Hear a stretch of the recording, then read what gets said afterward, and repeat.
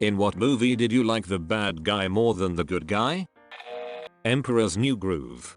Isma and Kronk. They're entertaining to watch until today. The Poison. The Poison for Kuzco. The poison chosen specifically to kill Kuzco. Kuzco's poison. You know, in my defense, your poisons all look alike. Pull the lever, Kronk. Heat. De Niro greater than Pacino. Don't let yourself get attached to anything you are not willing to walk out on in 30 seconds flat if you feel the heat around the corner. Agreed, though you could make an argument for Waingro being the actual antagonist for both. Frick Waingro. Waingro is the agent of fate. That whole movie is full of characters who have externalized their locus of control. I do what I do best. I take scores. You do what you do best. Take down guys like me. De Niro and Pacino both see themselves as being incapable of anything than what they are. Waingro becomes the deciding factor for their fates. I love that line, because violating this rule is what gets him killed. You think it's a reference to the girl, who De Niro leaves without a backward glance, but it was vengeance for the friends lost to Waingro's betrayal that he couldn't walk away from, and it cost him everything. The Monarch and Venture Brothers. The Monarch is great, but you realize through the series that the real bad guy is Dr. Jonas Venture Sr. That guy was just straight up bad news. The fact that Rusty is as normal as he is frankly astonishing. Wile E. Coyote. Dude was starving in the desert and just wanted to eat. I don't know how he can order all these gadgets and yet not order any food. Guy wanted to earn a meal. Man deserves to hunt. Dr. Houseman and Dirty Dancing. The man works his ass off so he can take his family on a nice, long vacation. The doc is a very lenient parent, giving his teenage daughters all kinds of leeway and freedom to do whatever they want. When baby asks for $300, which is a large sum of money back in 1962, her dad gives her the money with barely any hesitation, because he trusts her. Baby gives that money to one of the dancers so she can get an abortion. It's botched. And who saves the day? Oh, right. Dr. Fricking Houseman, of course. He makes one comment about that being where his money went and then gets to work saving the woman's life. And baby's punishment for taking $300 from her father under false pretenses? She can't do her dance routine for other vacationers. That's it. She has to sit with her parents for a couple of hours. Literally the most lenient punishment imaginable under those circumstances. But of course Patrick Swayze comes in and is like nobody piats bar by an RNR. Frick you, Patrick Swayze's character. Baby fricking deserves to be in that corner. The Devil in Bedazzled. Mainly because he is played by Elizabeth Hurley. Hilarious when Brendan Fraser can't stop crying at the sunset. Ah yes, I wish I was the most sensitive man in the world, then bursts into hysterical sobbing at the beauty of the freaking sunset. Oh my god, that scene was gold. In Despicable Me, I think the bad guy Gru was better than good guy Gru, although I have some mixed feelings about it. Sure, good guy Gru was lovely to their adoptive girls and started to enjoy the world more and more, which I think was positive, and he was still a villain after all. But the evil Gru that didn't give a rit about others and just wanted to steal the moon was a bit funnier. I think Despicable Me would have been more interesting if, instead of turning good at the end, Gru had trained his daughters up to become supervillains in their own right.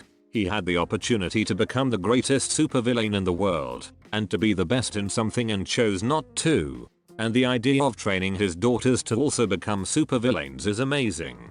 Just to think the girls would follow their dad's footsteps. They would steal the Saturn rings and other things, and it would be some female empowerment as well. As much as I love Clarice Sterling in Silence of the Lambs, Hannibal Lecter is still the best character in the whole movie despite only have 16 minutes of screen time. Sir Anthony Hopkins was so legendary he only needed 16 minutes to put his character in the minds of every viewer. The fact that Jodie Foster kept up and did brilliant acting too makes it even better. Winning the best actor, actress and movie was fully deserved. I think Jodie Foster is just all around brilliant. As creepy as the role is, her performance in Taxi Driver was amazing, and I'm positive she required very little instruction from Scorsese. Similarly, watching Leonardo DiCaprio in What's Eating Gilbert Grape recently solidified in my mind what an amazing actor he is, and was at such a young age. Kung Fu Panda 2. I like cold calculating villains who don't need to be ultra strong or puppet masters to prove that they're a real threat. Shen was really interesting, because he was smart in his strategy, and especially when he tries to stop his fate, but everything he does only seals it. Shen was honestly one of, if not the most intimidating animated villains around. You know what he could do. You know what he would do to get what he wants. Everything about him is just top notch. His design, his motives, his fighting style, everything. He's also one of the few who's insane, but not in an exaggerated or overdone way. Think of him like President Snow in Hunger Games basically. The B movie. Ken was the only sane person. Are there other bugs in your life? No. But there are other things bugging me in life. Is that an actual dialogue in the movie? You think a couple of redditors just came up with that A+ writing in the comments? This stupid woman left him for a B. They only live for like a month, right? Rumpelstiltskin in Once Upon a Time. Even before his redemption arc, he was just so much more entertaining for me than any of the good guys. Him and Regina were the true stars of that show. Robert Carlyle and Lana Pereira absolutely stole the show. They're the only reasons I kept watching, to be honest. Rumple was that villain who you know you should hate, but you keep getting pulled in with that little glimmer of hope that he might turn good, just to be disappointed yet again. And Regina showed that being good isn't always easy, but it's still the right thing to do. My heart shattered after what happened with Robin. Hercules, the Disney animated version. I really liked Hades' character. My sister loves Hades, the real one, not the one from the movie, and says that he chose to be the king of the underworld. Hades from the myths is one of the more likable gods for sure. In fact, the entire Greek mythology kind of fits this thread, because Zeus is such a dong, but was revered as the supreme deity. Hades only abducts one woman, compared to the rest of them. That makes him the least rappy Greek god. And I've seen versions where she actually chose to go with him, but no one else knew except Hades and Persephone, and they all thought he was lying and she had Stockholm syndrome. I don't know if those are from actual ancient Greece or modern rewrites. But regardless, even in the standard tale she chooses him, and it's her controlling mum who gets all pissy about it when she's gone and demands she comes home for half the year, instead of living with her own husband. Meryl Streep's character in The Devil Wears Prada. So much more interesting than Anne Hathaway's character. And in many ways she was right. This is business at the top, and Anne Hathaway's character was a naive child wandering into a battle of giants. Anyone who doesn't want to be a part of that world should just get the hell out of it. She showed a lot of patience with her and brought her far with the company, considering that she was brand new to the game. The job sucks ass, for sure. You guys are both right, but Meryl Streep's character was still a nightmare of a boss. That's true, but the story was written from Anne's character's perspective. I'm sure that if Meryl's charter wrote a book about their relationship, it would be titled This Completely Unqualified, Overconfident Woman I Trained from Nothing Who Left Me the Minute She Was Becoming Useful.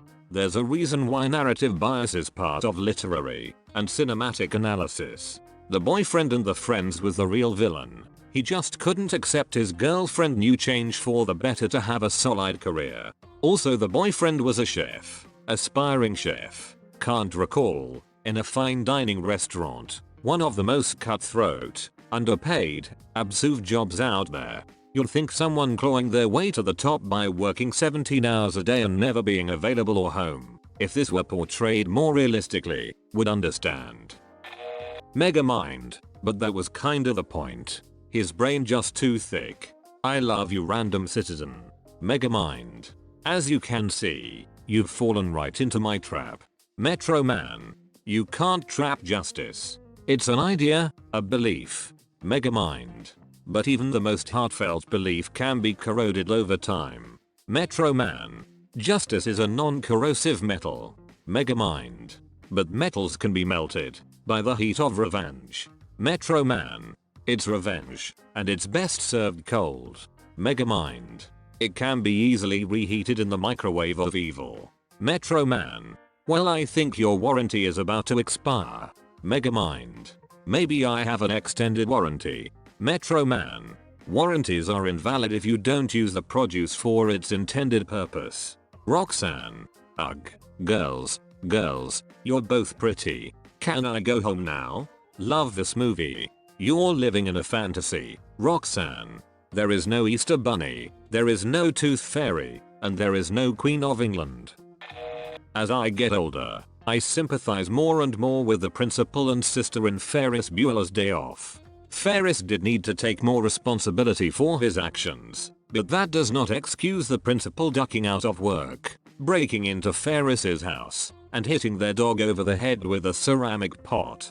The principal really needed to accept the things he could not change and move on with his life. He took Ferris's action personally, instead of realizing Ferris's behavior had nothing to do with him, and Ferris would be out of his life soon anyways. Yeah, do what normal educators do. Just count down the days until the problem kid graduates and is no longer your problem.